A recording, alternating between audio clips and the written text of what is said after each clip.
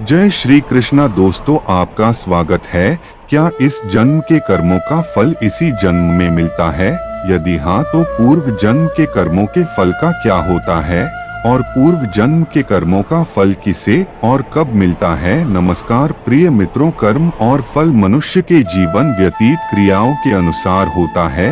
हमारा पूर्व जन्म कब कहाँ कैसे था शायद ही किसी को पता हो, क्योंकि जब इंसान जन्म लेता है तो वह एक शिशु के रूप में होता है और जब वह बड़ा होता है तो संसार के माया जाल में फंस जाता है। इंसान के कर्मों का फल उसके जीवन के आधार के अनुसार होता है। तो पुनर्जन्म क्या है और क्या हमारे कर्म जन्म से लेकर मौत तक हमारा अनुसरण करते हैं? गीता में भगवान श्री कृष्ण ने अर्जुन को यह बात समझाई थी कि लोगों को उनके कर्मों का फल हमेशा मिलता है।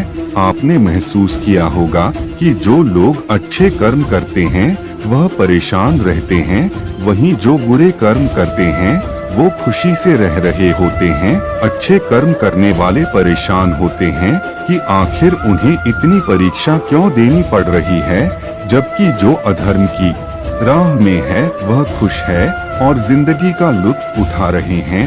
अगर आपके मन में भी यह सवाल आया है तो आज हम आपको इसका जवाब देंगे।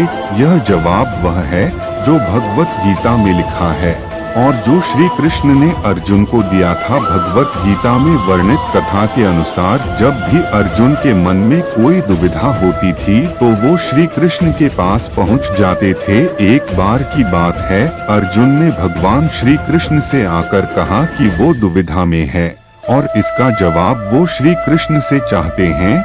श्री कृष्ण ने पूछा कि क्या सवाल है? अर्जुन ने कहा, मुझे यह जानना है कि अच्छे लोगों के साथ हमेशा बुरा ही क्यों होता है, वही बुरे लोग खुशहाल दिखते हैं और या पुनर्जन्म में भी पिछले कर्मों का फल मिलता है। अर्जुन के मुंह से ऐसी बातें सुनकर श्री कृष्ण मुस्कुराए और कहा, मनुष्य जैसा सोचता है और महसूस करता है वैसा कुछ नहीं होता है, बल्कि अज्ञानता की वजह से वह सच्चाई नहीं समझ पाता है। अर्जुन उनकी यह बात समझ नहीं पाए। इसके बाद श्री कृष्ण ने क्या कहा वह बात हम इस वीडियो में जानते हैं। अगर आप भगवान श्री कृष्ण की पवित्र बातों को सुनना और समझना चाहते हो तो वीडियो को लास्ट तक पूरा देखें, क्योंकि इस वीडियो में आपको वह ज्ञान मिलेगा जो आपको कहीं और नहीं मिला होगा। श्री कृष्ण ने अर्जुन से कहा, पार्थ मैं तुम्हें एक कथा सुनाता हूँ, उसे सुनकर तुम समझ जाओगे कि हर प्राणी को उसके कर्म के हिसाब से ही फल मिलता है। प्रकृति हर किसी को अपनी राह चुनने का मौका देती है। अब वह मनुष्य की इच्छा पर निर्भर करता है कि उसे धर्म की राह चुननी है या अधर्म की कथा शुरू करते हुए श्री कृष्ण ने कहा, एक नगर में दो पुरुष रहा करते थे। एक पुरुष व्यापारी था जिसके जीवन में धर्म की बहुत महत्ता थी। वह पूजा पाठ में यकीन रखता था। वह हर रोज मंदिर जाता था और दान धर्म भी करता था और हर रोज भगवान की पूजा करता था।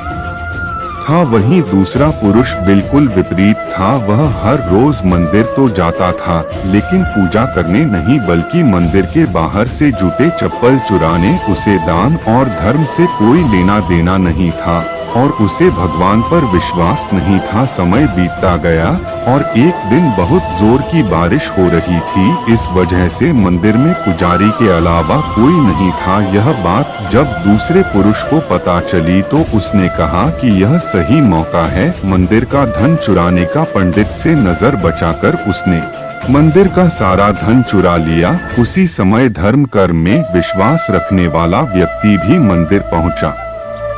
दुर्भाग्य से मंदिर के पुजारी ने उसे ही चोर समझ लिया और चिल्लाने लगे। वहां लोग एकत्र हो गए और उसे बहुत मारा। किसी तरह वह बचते बचाते वहां से निकला तो दुर्भाग्य ने उसका साथ वहां भी नहीं छोड़ा। मंदिर के बाहर वो एक गाड़ी से टकरा गया और घायल हो गया। फिर वह व्यापारी लड़ाते हुए घर जाने लगा तो रास्ते में उसकी मुलाकात उस पुरुष से हुई जिसने मंदिर से धन चुराया था। उसने कहा, आज तो मेरी किस्मत चमक गई, एक साथ इतना सारा धन मिल गया। यह सब देखकर उसे बहुत बुरा लगा और उसने अपने घर से भगवान की सारी तस्वीरें निकाल दी। कुछ सालों बाद दोनों की पुरुषों की मृत्यु हो गई। मरने के बाद जब दोनों यमराज की सभा में पहुंचे और भले पुरुष ने दूसरे व्यक्ति को देखा तो उसे बहुत गुस्सा आया। उसने क्रोधित होकर यमराज से पूछ ही लिया, मैं तो हमेशा अच्छे कर्म करता था, दान में विश्वास रखता था। उसके